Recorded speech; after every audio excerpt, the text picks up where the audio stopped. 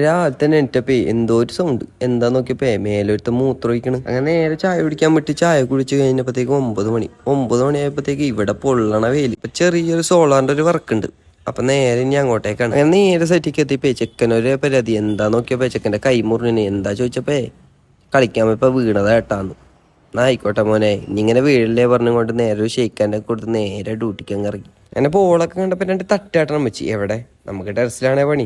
നേരെ ടെറസിക്ക് അങ്ങ് വിട്ടു. എ സിയിൽ നമ്മൾ മാത്രം കിടന്നപ്പല്ലേ പക്ഷികളും കൂടെ കൂട്ടി. മോനെ വേഗം ഇറാ പറഞ്ഞപ്പോ ഇട്ടു. എവിടേക്ക് നിലത്തേക്ക്. എന്നാ പിന്നെ ഒന്നും കൂടി അവൻ പണി തുടങ്ങട്ടെ പറഞ്ഞപ്പോ ഇട്ടു.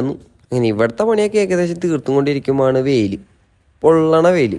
വേഗം തീർത്തിട്ട് വേഗം ഞങ്ങൾ ഇറങ്ങി വേറെ സൈറ്റിക്ക് പോണേ. നമ്മളപ്പോ ഇന്ന് ബൈക്കിനല്ല വന്നു, ബസ്സിനാ വന്നു. അങ്ങനെ കുറെ നേരം വെയിറ്റ് ചെയ്ത് ബസ്സൊക്കെ വന്ന് നേരെ നമ്മള് വിട്ടു. അങ്ങനെ ഞങ്ങൾ കർണാടക ബോർഡർ എല്ലാം താണ്ടി കേരളത്തിലെത്തി. ഇന്ന് കേരളത്തിലാണേ വർക്ക്. നമുക്ക് ചെറിയൊരു സ്കൂളിലാണ് വർക്ക്. പണ്ട് പഠിക്കുമ്പോ കയറിയതാണ് സ്കൂളിലെ, പിന്നെ ഇപ്പാണ് കയറണത്. അങ്ങനെ ഇവിടെ കുറച്ചു നേരം പണിയെടുത്തപ്പോഴത്തേക്ക് നല്ല ടൈമായി. അപ്പൊ ഓക്കെ ബൈ, നാളെ കാണാട്ടാ.